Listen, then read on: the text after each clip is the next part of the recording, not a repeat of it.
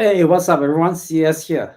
Welcome back to a new episode of Strengths to Wealth, where you'll discover more about yourself, your strengths, and how they relate to your wealth and your performance. Now, in today's episode, we're going to talk about how most people create their wealth, why they find it so hard to make money, and then we'll talk about a different approach where you'll find it easier to make more money while enjoying what you do. Is that all right? Okay, so to start off, let's talk about how people actually make money today. Now, have you ever heard your parents or well-meaning seniors who like to say things to you when you're growing up? Things like, "Oh, money doesn't grow on trees," or "Passion doesn't matter. Just work hard on what you're good at, and you'll make it." You know, sayings that imply that making money is somehow meant to be very hard, to be very tiring, to be something that you don't like to do, but you do it for the money.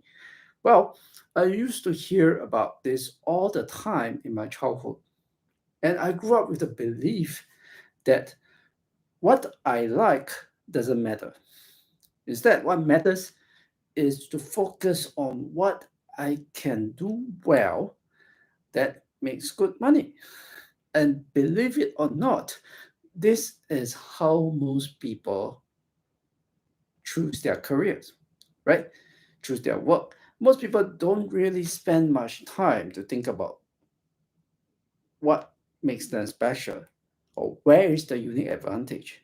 Instead, they believe that work is meant to be hard, it's meant to be tiring, it's meant to be boring. It's not something that you will do if you're given the choice, right? Which is incidentally why so many people actually long for early retirement nowadays. And the only reason why they endure this work is because it's A, something that they can do pretty well, and B, because it's something that makes good money, right? So for most people, they find work by trying to find the most money that they can make based on what they know how to do, not based around their interests. While others like to follow the shiny new object syndrome, like when every few months something new comes along that promises to make you an overnight millionaire, right? Or to 10x your income, right? Like, for instance, NFT, which are very hot nowadays, or cryptocurrency. So many people jump on the bandwagon when they hear stories about these overnight millionaires who made millions by being early adopters in these industries. But they don't really ask themselves if they are suitable to pursue these opportunities, right? So this approach obviously comes with many drawbacks. Now, the main problem with this approach of just chasing after money, regardless of whether it's compatible with your strengths, is when you force yourself to do work that you're not really interested in. It can really feel draining and soul sucking. And it's hard to find motivation to improve at what you do. So what happens is many people get into this unhealthy pattern of behavior that I like to call the cycle of permanent underachievement, where every day they have to use a lot of willpower, which studies have shown, by the way, willpower is a finite resource. So if you spend too much willpower, then what you experience is burnt out and you can't do it again in a very short time, right? But when you force yourself to do things that you're not interested in, you have to use a lot of willpower to get the job done. And it's really hard to find out how you can give more value at what you do, right? Even after you have been doing it for years, compared to other people who seem to have a talent for this thing or seem to enjoy doing it more than you, right? No, somehow things that other people seem to pick up easily and effortlessly seem extremely difficult to you. when you are doing things just for the money. And because these people find it so much harder to get better, their results don't perform as well as others, their peers over time. Right? And over time, what happens is other people start to see them as average or low performing individuals, right? The so called low potential people. And because now they're labeled as low potential, they start to miss out on things like promotions, right? Salary increments, or business opportunities that go out to other people who are considered high potential, right? High potential meaning, they seem to really excel at what they do until finally one day, you know, these people who have been chasing money start to believe what other people are saying around them, that somehow they are less smart, somehow they are less capable than others, and they think to themselves, why should I try so hard, you know, when whatever I do doesn't matter? Just why can't I just be content with what I already have? And that, ladies and gentlemen, is how a person can go from hardworking, enterprising, full of ambition to someone who just does a job they don't really like for money, complain about how unfair society and government and other people have been to them, and generally just try to get by day to day with the least amount of effort. Okay, so this is what we call the cycle of permanent underachievement. And a person in this cycle will always find it extremely difficult to make more money. Why? Because in their subconscious, right? In our subconscious, we remember events not with logic but with emotions, right? In our subconscious, they have already learned that the way for them to make more money is to do more of what they don't like. And not only that, no matter how hard they work, how much effort they put in, they'll never be as good as others who can do what they do, right, with less effort in half the time. So as humans, we all like to run towards pleasure and away from pain. So why would a person like this want to experience more pain by wanting more money?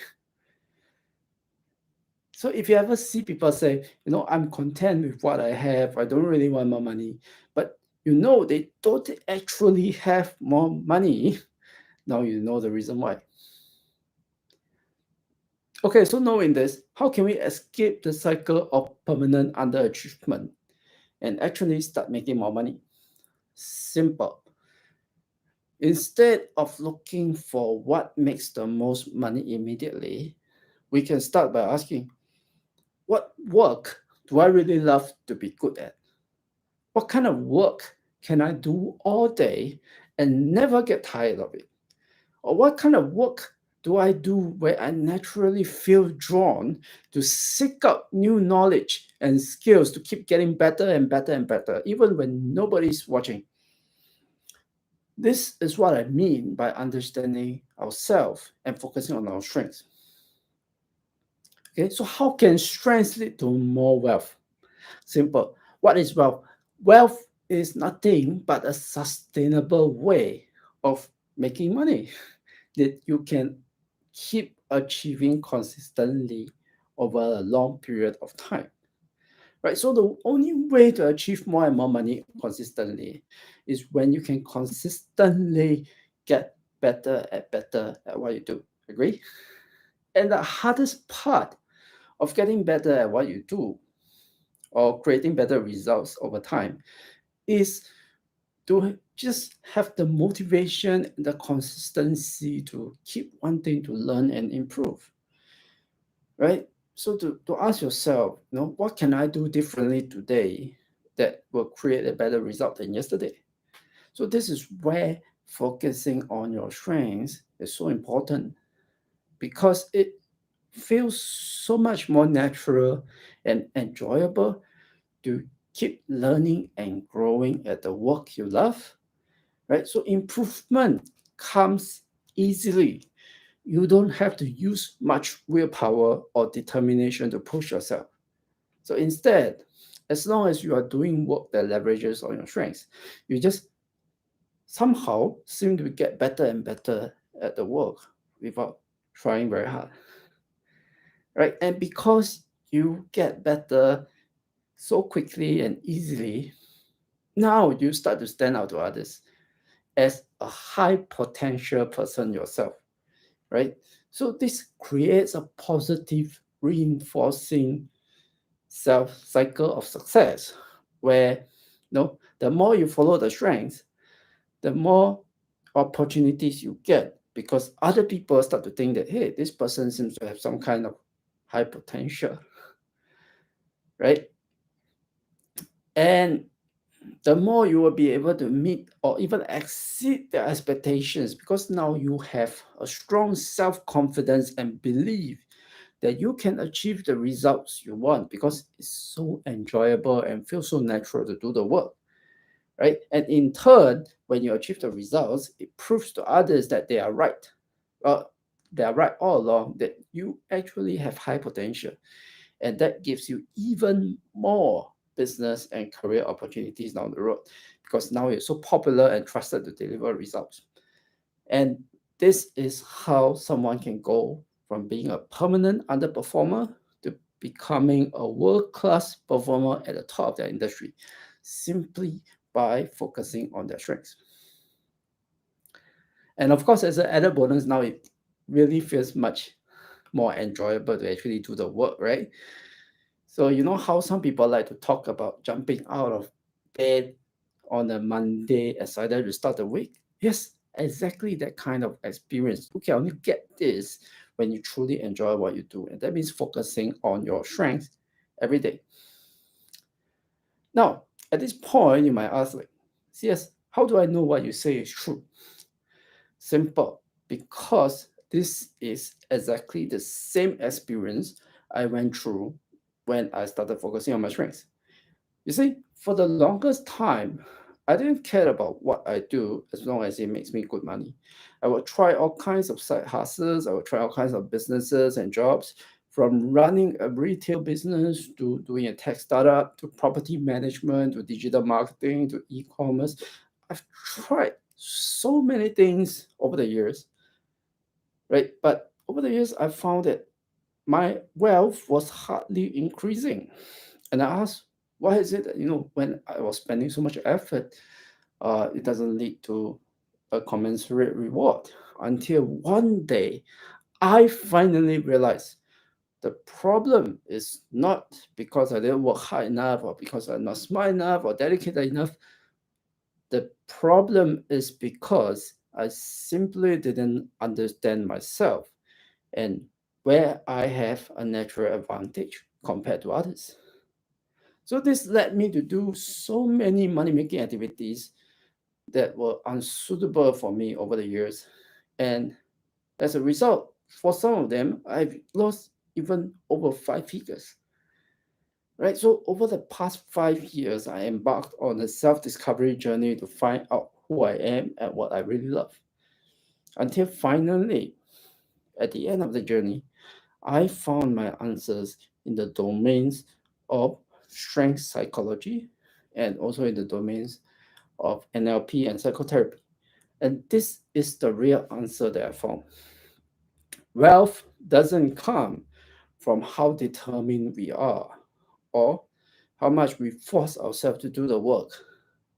Instead, wealth comes naturally as a side benefit when we enjoy what we do and we keep improving ourselves to give more and more value to others over time.